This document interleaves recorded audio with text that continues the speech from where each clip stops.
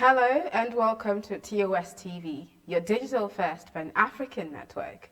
I am Adesuwa Osuyi and this is TOS National News Update.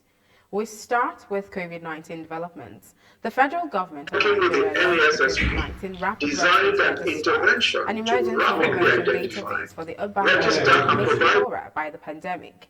This program was launched by the Vice President Yemi Osinbajo on Tuesday.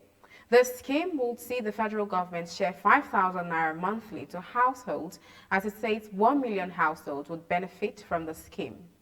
While inaugurating the COVID-19 Rapid Ministry Response of Humanitarian cash Affairs, transfer working with project, the the Vice NASSP, President said, as of December designed an 31st, intervention 2020, to we have rapidly identified identify, and registered about 24.3 million poor and vulnerable individuals into the National Social Register, equivalent to about 5.7 million households.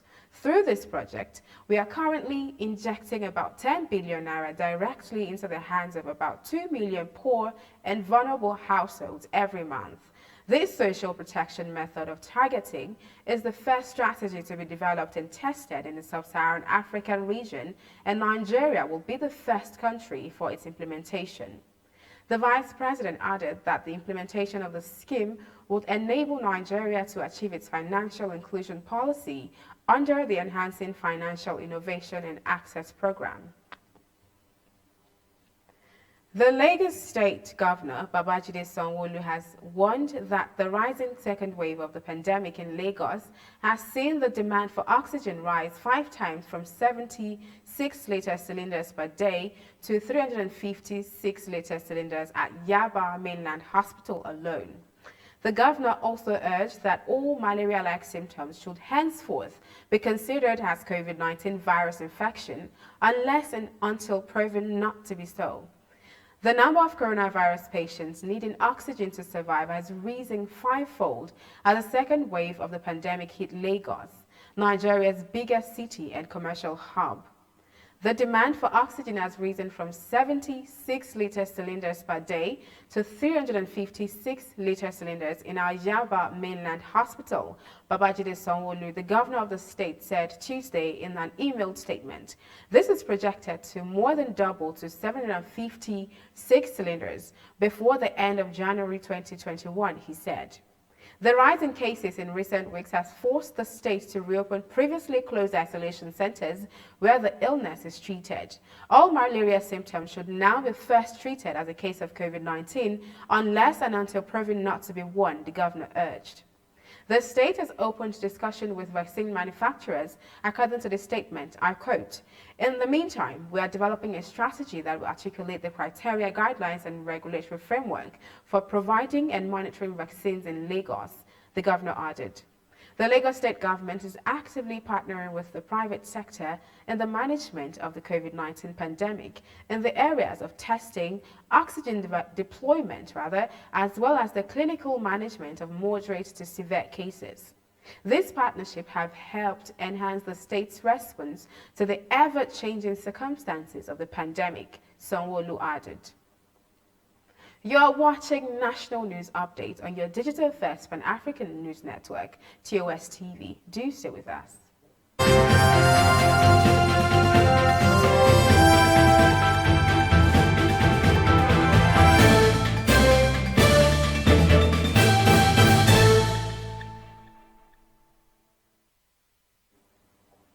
Thank you for staying with us. We move to stories from the southwestern part of Nigeria. Ladoke Akintola University of Technology, LAUTECH, was established by the old Oyo State government in 1990, but the creation of Osun State in 1991 led to joint ownership of the institution. The joint ownership was dissolved in November as both parties agreed to cede the public university to Oyo.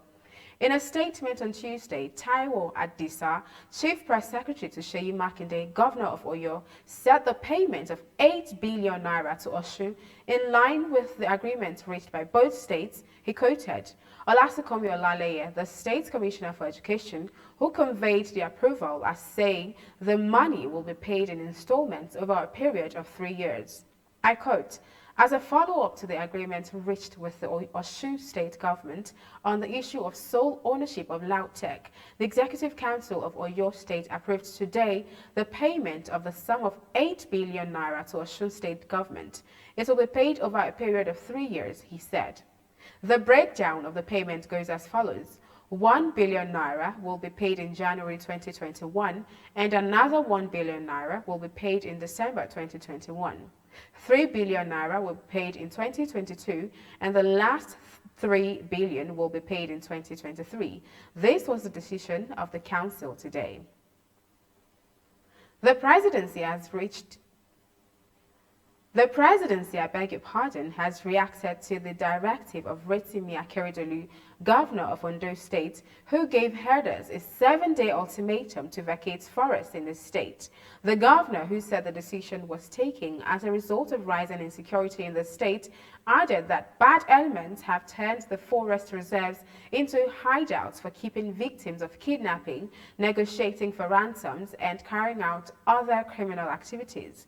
But reacting in a statement on Tuesday, Garba Shehu, presidential spokesman, said the action could set off a chain of events which the makers of our constitution foresaw and tried to guard against. He called for restraint on both sides and urged the state government and the leadership of the Fulani communities to continue their dialogue for a good understanding that will bring to an urgent end the nightmarish security challenges facing the state. Shehu said while the presidency would not condone any form of criminality, it is cruel to define crime from the nameplates, as a number of commentators have erroneously done which group they belong to, the language they speak, their geographical location, or their faith. Shehu said the president, who swore to defend the constitution, has spoken against groups which issued threats capable of sparking tension in the country. You are watching your digital first Pan-African News Network, TOS TV. Still ahead, business and sports.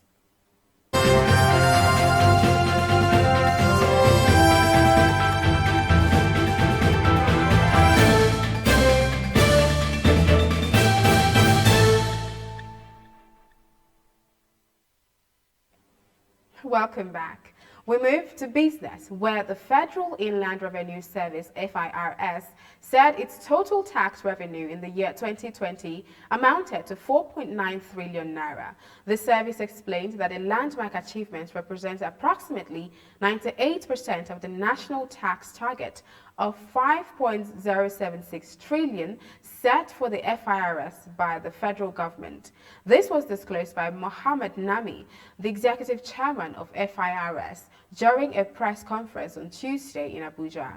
Nami pointed out that the near 100% collection feat was remarkable in view of the debilitating effects of COVID-19 on the Nigerian economy, the all-time low price of crude oil in the international market, business disruptions and lootings during the EndSARS protests.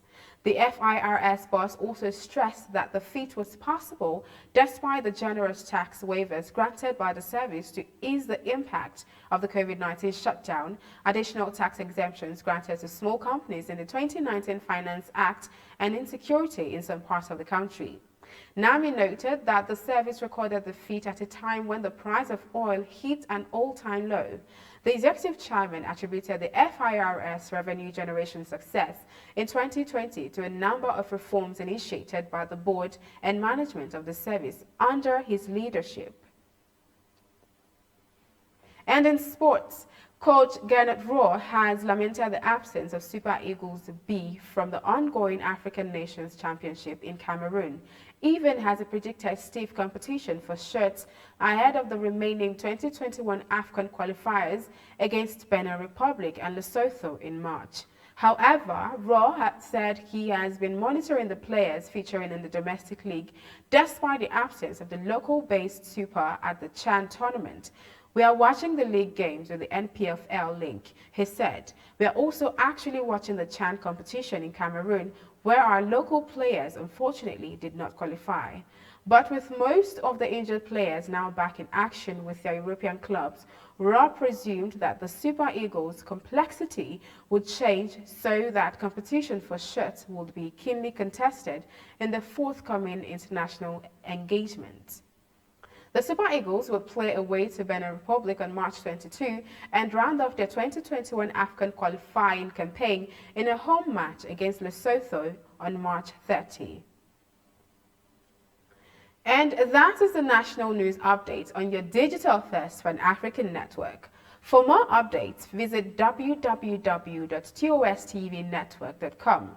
Do follow and like TOS TV Network on Facebook, Twitter, and Instagram. And remember to subscribe on YouTube. TOS TV is also available on TS TV as TOS News on channel 138.